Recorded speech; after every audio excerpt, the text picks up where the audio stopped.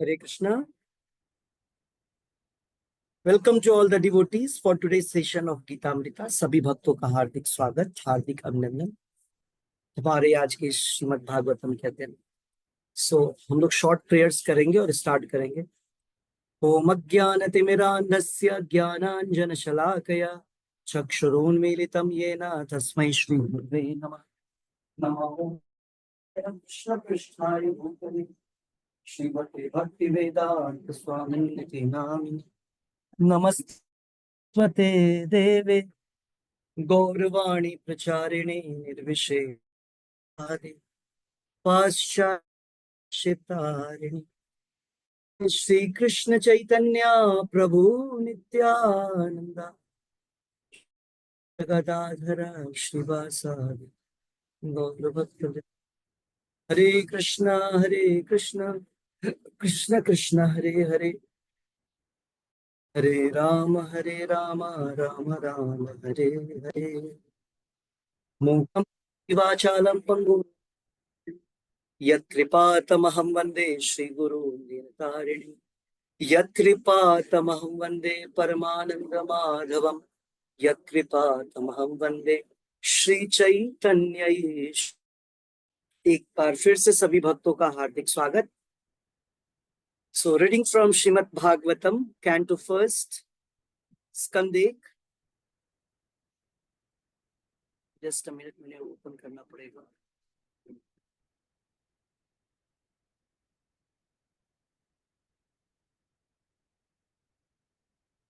हर्षिता माता जी, आपने ओपन कर रखा है क्या?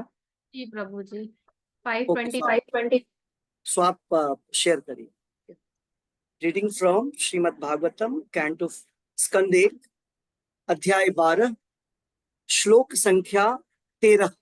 प्रभु जी मैं शेयर नहीं कर पा रही हूँ, आप मतलब दीजिए राइट। ओ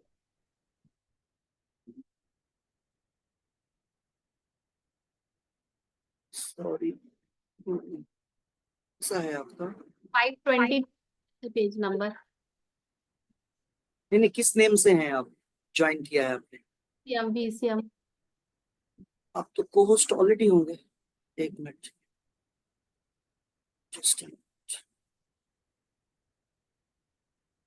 सीएम वेटिंग। यस, अब कर सकते हैं आप।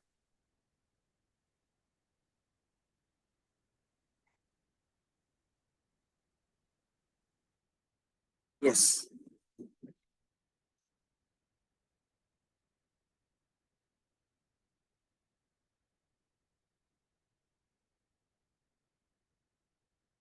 क्या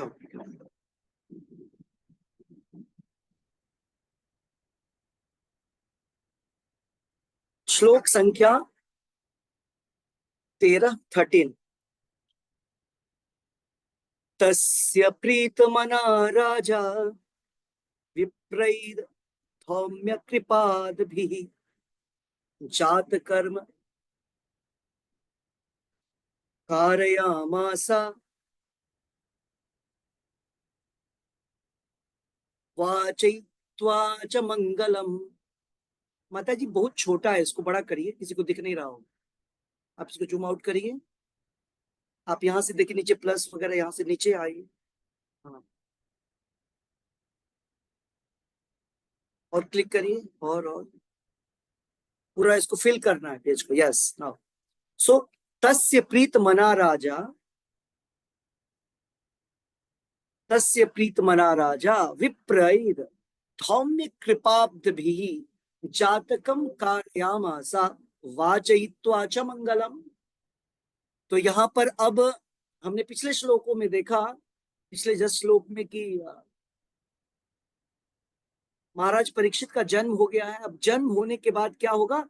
जात कर्म किया जा रहा है, जातक कर्म के विषय में यहाँ पे चर्चा किया है। जो जात संस्कार है उसको क्या है। अनुवाद और तात्पर्य श्रील प्रभुपाद जी द्वारा। श्रील प्रभुपाद की जय। सुनीता माता जी रीडिंग करिए। हरे कृष्णा प्रभु जी। अनुवाद तथा तात्पर्य श्रील प्रभुपाद जी द्वारा। श्रील प्रभुपाद जी की जय। अनुवाद। महाराज परीक्षित के जन्म से अत्यंत संतुष्ट हुए राजा युधिष्ठिर ने जात संस्कार करवाया। धौम्य, कृप इत्यादि विद्वान ब्राह्मणों ने शुभ स्रोतों का पाठ किया। तात्पर्य: वर्णाश्रम धर्म में वर्णित संस्कारों को संपन्न कराने में निपुण हो ऐसे श्रेष्ठ तथा बुद्धिमान ब्राह्मणों की आवश्यकता है। जब तक ये संस्कार संपन्न नहीं कराए जाते, तब तक अच्छी संतान की संभावना नहीं है। और इस कलयुग में इस संस्कार विधि के अभाव में सारे संसार की जनता शूद्र गुण वाली या इससे भी निम्न होती है। किंतु समुचित सुविधाओं तथा उत्तम ब्राह्मणों के अभाव के कारण इस युग में वैदिक संस्कारों का पुनरुद्धार कर पाना संभव नहीं है। लेकिन इस युग के लिए अन्य पद्धति भी संस्तुत है, और वह है पांचरात्रिक पद्धति। यह पांचरात्रिक पद्धति शूद्र श्रेणी के लोगों पर लागू की जाती है, जो कलयुग की प्रजा मानी जाती है, और युग तथा काल के अनुरूप संस्तुत की जाने वाली यही संस्कार विधि है। किंतु यह संस्कार विधि केवल आध्यात्मिक विकास के निमित्त है, अन्य किसी कार्य के लिए नहीं। आध्यात्मिक उन्नति कभी उच्च या निम्न पैतृकता से नियंत्रित नहीं होती। गर्भाधान संस्कार के बाद अन्य संस्कार भी होते हैं, यथा सीमांतोन्नयन, सद्भक्षणम इत्यादि, जो गर्भावस्था काल में संपन्न होते हैं। और जब शिशु का जन्म होता है तो सबसे पहला संस्कार जातकर्म है। यह संस्कार महाराज युधिष्ठिर द्वारा राजपुरोहित धौम्य तथा महान सेनापति एवं पुरोहित कृपाचार्य जैसे योग्य ब्राह्मणों की सहायता से संपन्न कराया गया। महाराज युधिष्ठिर ने इन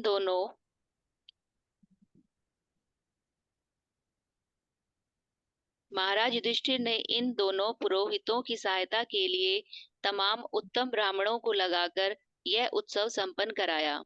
अतएव सारे संस्कार अर्थात शुद्धिकरण की विधियां मात्र औपचारिकताएं या सामाजिक उत्सव ही नहीं, अपितु ये व्यवहार है और धौम्य तथा कृप जैसे योग्य ब्राह्मणों द्वारा सफलतापूर्वक संपन्न कराए जाते हैं। इस युग में ऐसे ब्राह्मण न केवल विरले हैं, अपितु उपलब्ध भी नहीं होते। अतएव इस पतित युग में आध्यात्मिक उन्नति के लिए गोस्वामी जन वैदिक अनुष्ठानों की अपेक्षा पांचरात्रिक सूत्रों को वरीयता प्रदान करते हैं। कृपाचार्य महर्षि सरदबन के पुत्र थे और गौतम के वंश में उत्पन्न हुए थे। उनका जन्म एक अकस्मात घटना कही जाती है। संयोगवश महर्षि सरदबन की भेंट जनपदी नामक स्वर्ग की एक सुप्रसिद्ध अप्सरा से हुई, जो सरदबन का वीर्य दो भागों में बट गया। एक भाग तुरंत बालक बन गया और दूसरा बालिका। इस प्रकार जुड़वा बच्चे उत्पन्न हुए। बालक कृप नाम से और बालिका कृपी नाम से विख्यात हुई। महाराज शांतनु को जंगल में शिकार करते समय ये शिशु मिले और घर लाकर संस्कार कराकर उन्हें ब्राह्मण पद प्रदान किया। बाद में कृपाचार्य द्रोणाचार्य के समान महान सेनापति बने और उसकी बहन कृपी द्रोणाचार्य को ब्याह दी गई। कालांतर में कृपाचार्य कुरुक्षेत्र के युद्ध में सम्मिलित हुए और दुर्योधन के दल में चले गए।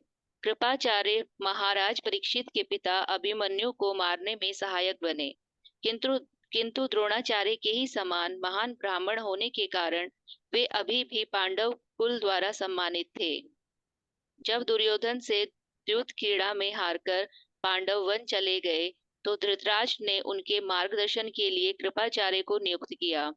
युद्ध समाप्त होने पर कृपाचार्य पुनः राज्यसभा के सदस्य बन गए और महाराज परीक्षित के जन्म के समय जन्मोत्सव को सफल बनाने के लिए उन्हें वेद मंत्रोच्चार करने के लिए आमंत्रित किया गया।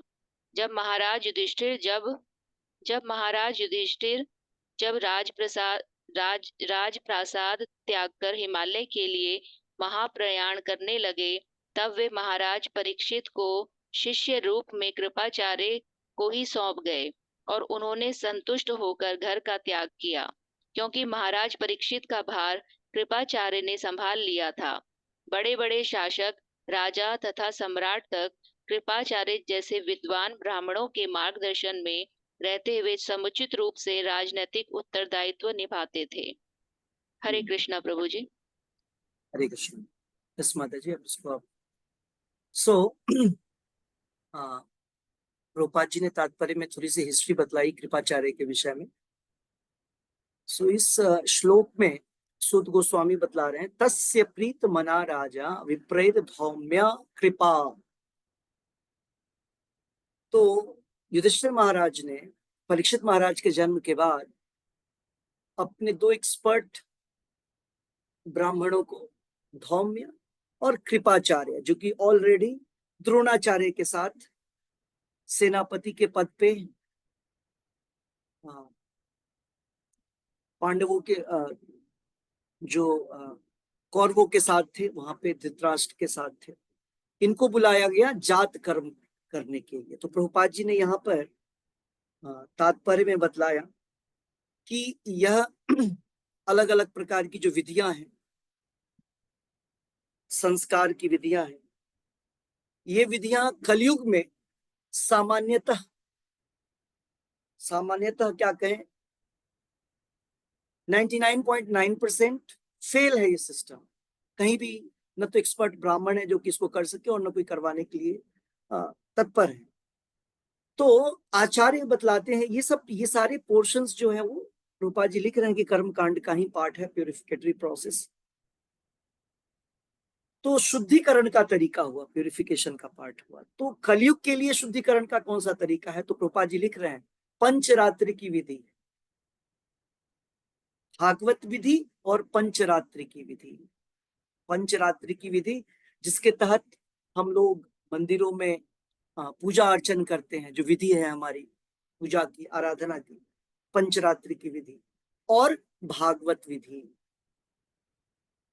तो इस समय, इस युग में, कलयुग के लिए सबसे जो इंपॉर्टेंट इंजंक्शन है, जो सिस्टम है प्यूरिफिकेशन का, वो भगवान के नाम का उच्चारण।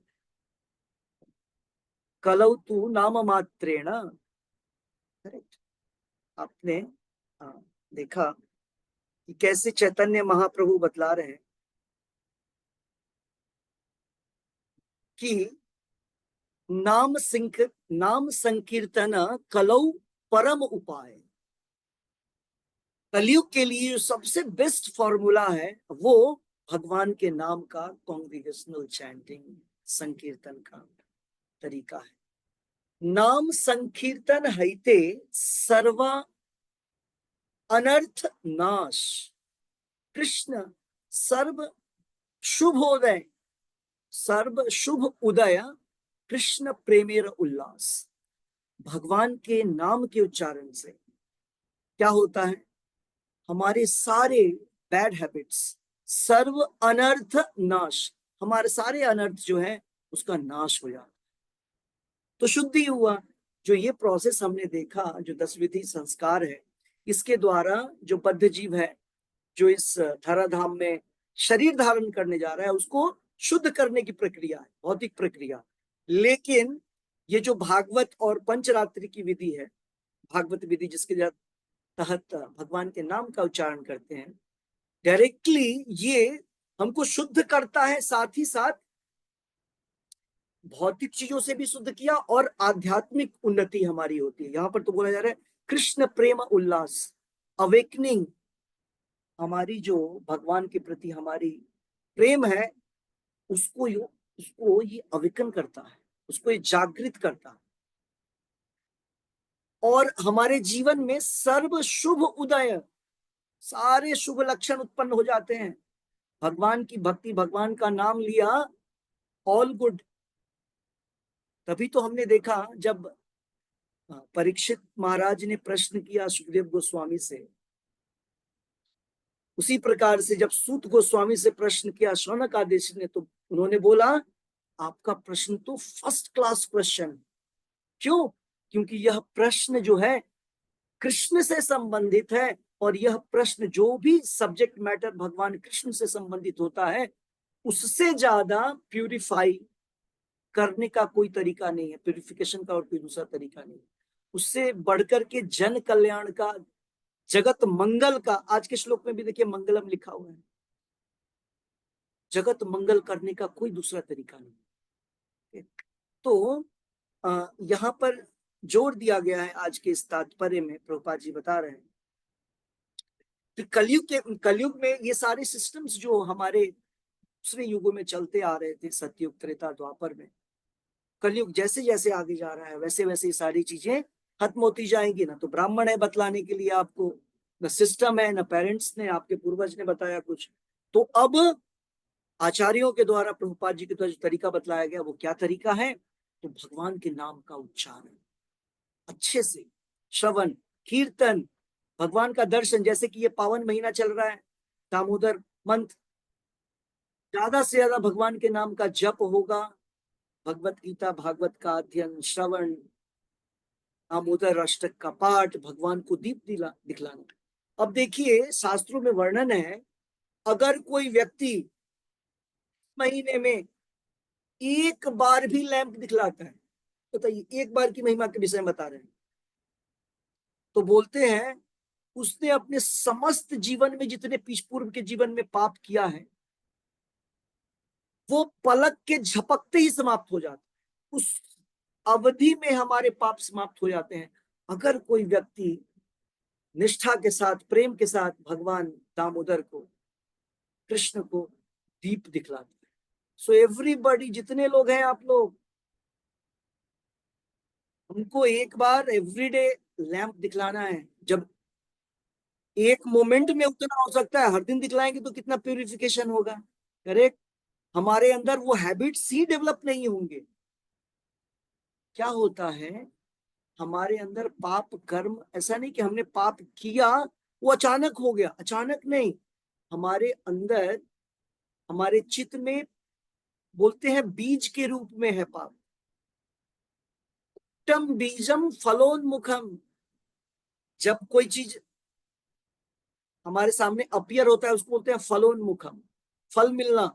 जैसे हमारे जीवन में कुछ अशुभ होता है, हमारे पाप कर्म का वो फल है, तो उस फल को हमारे सामने अपीयर होने से पहले वो बीज के रूप में रहता है, बीज के पहले वो कूट के रूप में रहता है, कूटम बीजम फलोन्मुखम।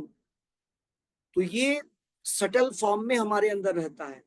भगवान के नाम के उच्चारण से वो बीज और कूटम वो समाप्त हो जाता है। पाप ही केवल समाप्त नहीं होता है, जड़ ही समाप्त हो जाता है। इतनी क्षमता है भगवान के नाम के उच्चारण में। तो यहाँ पर रिकमेंड किया गया है, प्रभुपाद जी बोल रहे हैं, यह विधि जो हम देख रहे हैं कि युधिष्ठिर महाराज ने कृपाचार्य और धौम्य ऋषि के द्वारा महाराज परीक्षित के जात कर्म के लिए किया गया, यह इस युग में संभव नहीं है। इस युग में जब जन्मोत्सव हो तो क्या करना चाहिए? भगवान के नाम का संकीर्तन करना चाहिए, भक्तों को बुलाना चाहिए, वैष्णव भोज करवाइए, मंदिर में भगवान का श्रृंगार करवाइए, मतलब हर प्रकार से आप भगवान की सेवा करवाइए। That is the best thing, जिसके द्वारा हर चीज की शुद्धि हो। अब प्रभुपाद जी ने यहाँ पर आप लोगों ने पढ़ लिया वैसे किस प्रकार से कृपाचार्य का जन्म हुआ। उनके फादर थे सरदबन ऋषि, और वो और एक जो अप्सरा है स्वर्ग की, है ना, उनके पुत्र और पुत्री के रूप में कृपा और कृपी, कृपी जो है वो द्रोणाचार्य की वाइफ है और अश्वत्थामा की मदर है, और कृपाचार्य खुद एक और जनरल बनते हैं, मिनिस्टर बनते हैं, राजपुरोहित होते हैं कौरवों के सभा के। तो इस प्रकार से ओवरऑल इस श्लोक में जो समझने के लिए हमको कुछ शिक्षा के लिए क्या है इसमें, कि हमें किसी भी शुभ अवसर पे, स्टार्टिंग फ्रॉम बर्थ या स्टार्टिंग फ्रॉम गर्भाधान संस्कार या जन्म के बाद जातक कर्म, फिर अन्न प्रसन्न, बहुत सारे होते हैं, हमको वो सब क्या करना चाहिए? भगवान के सानिध्य में टेकिंग और making Krishna the centre of the festival, उनको रख करके उसको हमको एक उत्सव मनाना चाहिए। भगवान को सेंटर में रख करके सारे उत्सव मनाते हैं, उससे सबसे ज्यादा शुद्धिकरण होता है, purification. Will go to the next shloka, श्लोक संख्या 14। डिस्प्ले करिए। यस। हिरण्यम हिरण्यम गाम महीम ग्रामान हस्ति आस्वान नृपतिर्वरान प्रादात् स्वनं च विप्रेभ्यः प्रजातीर्थे स तीर्थवित् हिरण्यम गाम महिम ग्रामान।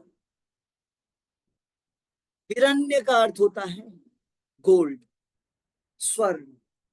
गाम गायों को, और महीम युधिष्ठिर महाराज ने उनके जन्म पे क्या किया? ब्राह्मणों के बीच में वितरण किया दान का। क्या? गायें जिनको की स्वर्ण आभूषणों से डेकोरेट किया गया है। अभी तो मनुष्यों को भी पहनने के लिए नहीं है सोने। उस समय देखिए रॉयलिटी क्या था, गायों को गोल्ड से डेकोरेट किया गया है। और मही, मही मीन्स धरती, लैंड। हस्ती आस्वन नृपतिर,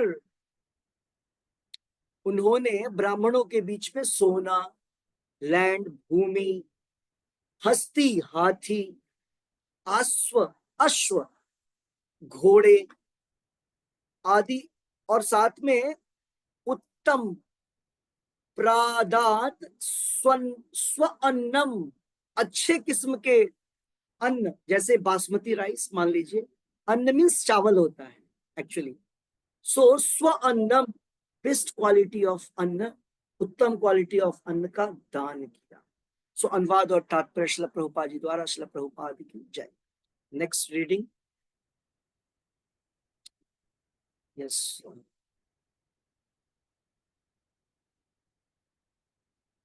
सुषमा कौल माता जी पढ़िए। हरे कृष्णा प्रभु जी। अनुवाद तथा तात्पर्य श्रीला प्रभुपाद द्वारा। श्रीला प्रभुपाद की जय। पुत्र के जन्म लेने पर राजा ने ब्राह्मणों को सोना, भूमि, ग्राम, हाथी, घोड़े तथा उत्तम अन्न दान में दिया, क्योंकि वे जानते थे कि कैसे, कहाँ और कब दान देना चाहिए। तात्पर्य: केवल ब्राह्मणों तथा सन्यासियों को गृहस्थियों से दान ग्रहण करने का अधिकार प्राप्त है। समस्त संस्कारों के विभिन्न अवसरों पर, विशेष रूप से जन्म, विवाह तथा मृत्यु के संस्कारों के समय ब्राह्मणों को धन वितरित किया जाता है, क्योंकि ब्राह्मण ही मानव जाति की प्राथमिक आवश्यकता के लिए सर्वश्रेष्ठ सेवा प्रदान करते हैं। इन अवसरों पर स्वर्ण, भूमि, ग्राम, घोड़े, हाथी तथा अन्न के साथ समस्त भोजन सामग्री के रूप में प्रचुर दान दिया जाता है था। अतएव ब्राह्मण वास्तव में निर्धन नहीं होते थे, उल्टे उनके पास प्रचुर सोना, भूमि, ग्राम, घोड़े, हाथी तथा पर्याप्त अन्न रहता था, जिससे उन्हें कुछ और कमाने की आवश्यकता नहीं पड़ती थी। उसके बदले में वे संपूर्ण समाज के कल्याण हेतु अपने आप को समर्पित कर देते थे। तीर्थविद शब्द महत्वपूर्ण है, क्योंकि राजा को पता था कहाँ और कब दान दिया जाए। दान कभी व्यर्थ नहीं जाता, न वो निरुद्देश्य होता है। शास्त्रों के अनुसार दान उन व्यक्तियों को दिया जाता था जो अपनी आध्यात्मिक प्रबुद्धता के बल पर दान लेने के पात्र होते थे। तथाकथित दरिद्र नारायण, जो अनाधिकृत व्यक्तियों द्वारा परम भगवान के बारे में फैलाई गई एक भ्रांत धारणा है, उसका उल्लेख दान के सपात्र के रूप में शास्त्रों में कभी भी नहीं मिलता है। कोई भी दरिद्र व्यक्ति घोड़े, हाथी, भूमि तथा ग्रामों के रूप में इतना मुक्त हस्तदान नहीं पा सकता था। निष्कर्ष ये है कि बुद्धिमान व्यक्तियों या श्री भगवान की सेवा में लगे हुए ब्राह्मणों का इस प्रकार पालन होता था कि उन्हें शरीर की आवश्यकताओं की चिंता नहीं रहती थी, तथा राजा एवं अन्य गृहस्थ खुशी खुशी उनके सुख का ध्यान रखते थे। शास्त्रों का आदेश है कि जब तक शिशु नाल द्वारा माता से जुड़ा रहता है, तब तक शिशु माता के शरीर का एक भाग माना जाता है, किंतु जो ही नाल काटी जाती है और शिशु माता से विलग हो जाता है, क्यों ही जातकर्म संस्कार संपन्न किया जाता है।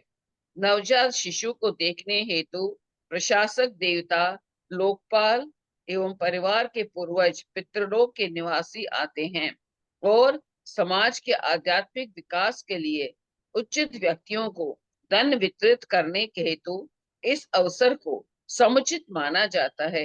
हरे कृष्ण प्रभु जी। हरे कृष्ण। सो जो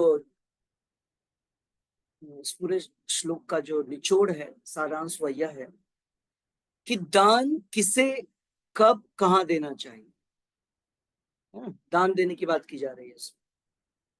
ब्राह्मण, क्षत्रिय, वैश्य, शूद्र, गृहस्थ, वानप्रस्थ, ब्रह्मचारी, गृहस्थ, वानप्रस्थ और सन्यास। तो दोनों ब्राह्मण, क्षत्रिय, वैश्य, शूद्र और ब्रह्मचारी, गृहस्थ, वानप्रस्थ, सन्यास, इन दोनों में एक में ब्राह्मण और दूसरे में सन्यासी, इन दोनों को दान देना चाहिए। समझ? ब्राह्मण और सन्यासी।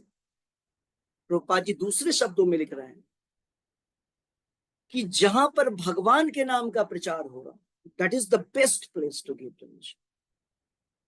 जहां पर भगवान की भक्ति की जा रही है। और समय क्या होना चाहिए, कब देना चाहिए? तो विशेष अवसरों पर देना चाहिए। क्या है विशेष अवसर? जन्मोत्सव है, मैरिज एनिवर्सरी है, डेथ एनिवर्सरी है, कोई भी उत्सव है, किसी भी प्रकार का। एक्चुअली देने के लिए सोचने की आवश्यकता नहीं है। कभी भी कोई भी उत्सव हो, कनेक्ट टू कृष्णा, क्योंकि कृष्णा का ही है। कृष्णा ने ही हमें प्रदान किया है। और कृष्णा को जैसे गंगा जल से हम गंगा एक ऐसे एक अंजलि में पानी लेते हैं और चढ़ा देते हैं, एक लोटे में पानी लेते हैं, चढ़ा देते हैं। किधर से पानी लिया? गंगा जी से पानी उठाया, गंगा जी में डाल दिया। Similarly whatever offering we are offering, whatever things we are offering to the Lord, that is Lord, that belongs to Lord. वो भगवान का है, भगवान को अर्पण करते हैं। भगवान प्रसन्न होते हैं। चलो मेरा लड़का मुझको कुछ देना चाह रहा है प्रेमवश। ऐसा नहीं कि हम भगवान को कुछ दे सकते हैं, वी कांट गिव एनीथिंग, क्योंकि सब कुछ भगवान का है। ईशावास्यमिदं सर्वम यत् जगत्याम जगत, यत् किंचित जगत्याम जगत। इस संसार में जो कुछ है, चर अचर, वो सब कुछ क्या है? वो सब कुछ भगवान का। तो हमें केवल अपने कोटे का चीज यूज करना चाहिए, बाकी भगवान की सेवा में लगाना चाहिए। हमको एक्यूमुलेट नहीं करना चाहिए। जितना काम हो उतना रखें, बाकी सब भगवान को अर्पण करें, क्योंकि भगवान का है। ये ईशोपनिषद का श्लोक है। तो इस प्रकार से इस पूरे श्लोक में प्रभुपाद जी बता रहे हैं कि ब्राह्मणों और सन्यासियों और भगवान के भक्तों का क्या कार्य है। वो अपने समय को जीविकोपार्जन में लगाना नहीं चाहते हैं, वे उग्र कर्म नहीं करना चाहते हैं। रोटी कपड़ा मकान में ब्राह्मण सन्यासी, ब्राह्मण मीन्स वैष्णव ब्राह्मण, उनका काम क्या है? तत्वविद। यहां पर बोला जाए तीर्थविद।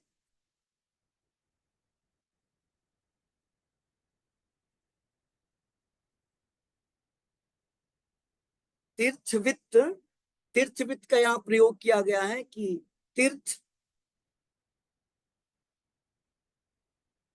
कि राजा को पता होता है कि धन का प्रयोग कहां करना चाहिए। उसी प्रकार से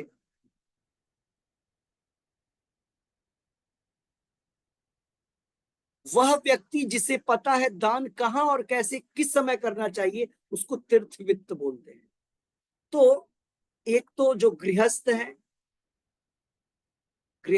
संन्यास गृहस्थ है और क्षत्रिय है, वैश्य है, इनको दान देना चाहिए, ब्राह्मणों को, भक्तों को और सन्यासियों को। लेकिन ब्राह्मण को देखिए, वो दान लेता भी है, दान देता भी है। ब्राह्मण का काम है दान लेना और जो बच गया ना उसको फिर से दे देना।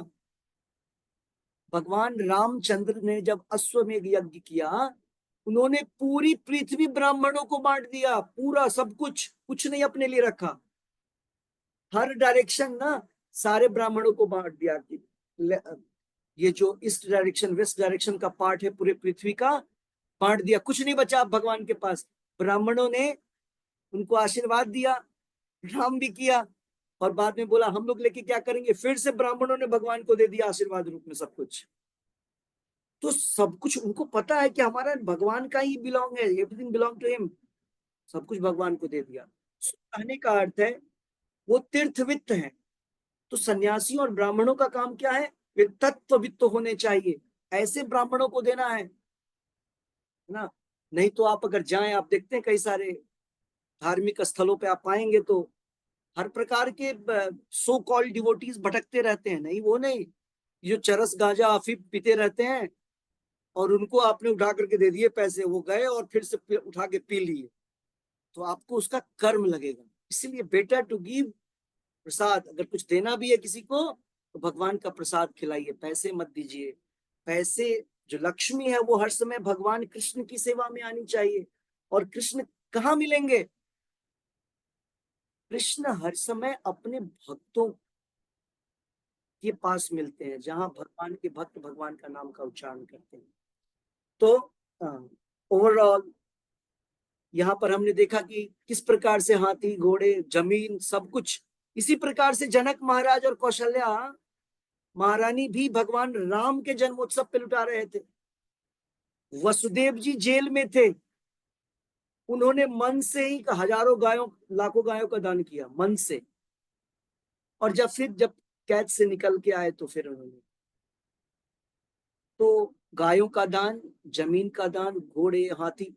ब्राह्मण, प्रभुपाद जी लिख रहे हैं कि वे गरीब नहीं होते थे, दरिद्र ब्राह्मण, हरिजन, ये शब्द है ना, प्रभुपाद जी बोले शास्त्रों में ये शब्द नहीं है कहीं। दरिद्र ब्राह्मण, हरिजन, ये सब मैनमेड है। जो गरीब भिखारी उसको बोलते हैं हरिजन। ये सब वोट बैंक का तरीका है। हरिजन मीन्स कौन? Vishnujan. Harijan means pure devotees of Lord. तो ब्राह्मण तो हर समय भगवान के साथ होते हैं। ब्रह्मन चरति इति, ब्रह्म जानाति इति ब्राह्मण। जो ब्रह्म को जानता है वो ब्राह्मण है, जो भगवान को जानता है वो वैष्णव ब्राह्मण। तो हमें ऐसे वैष्णव ब्राह्मण के समक्ष जा करके whatever we have, whatever we can give, हमको अर्पण करना चाहिए। Okay, that is duty. फिर प्रभुपाद जी ने यहाँ पर जातक कर्म के विषय में बताया। जातक कर्म मीन्स जब हम वो इम्बिलिकल कॉर्ड को काटते हैं, नाल को मदर से सेपरेट करते हैं, तो 2 बॉडी हो जाता है। उसके पहले एक ही बॉडी, एक ही सिस्टम है।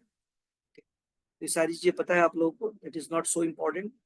इम्पोर्टेंट चीज क्या है कि धन का वितरण हमको हर समय आध्यात्मिक उन्नति वाले सोसाइटी को करना चाहिए। रूपा जी लिख रहे हैं, right persons, we should distribute the wealth to the right person. That person is engaged in spiritual advancement of society. समाज की आध्यात्मिक उन्नति में लगे हुए सोसाइटी में व्यक्ति को, न कि पर्सनल, समझ रहे, पर्सनल नहीं। जब कोई डिवोटी होगा तो वो पर्सनल कुछ डिमांड नहीं करेगा, है ना। पर्सनल तो फिर सेंस ग्रेटिफिकेशन होता नहीं।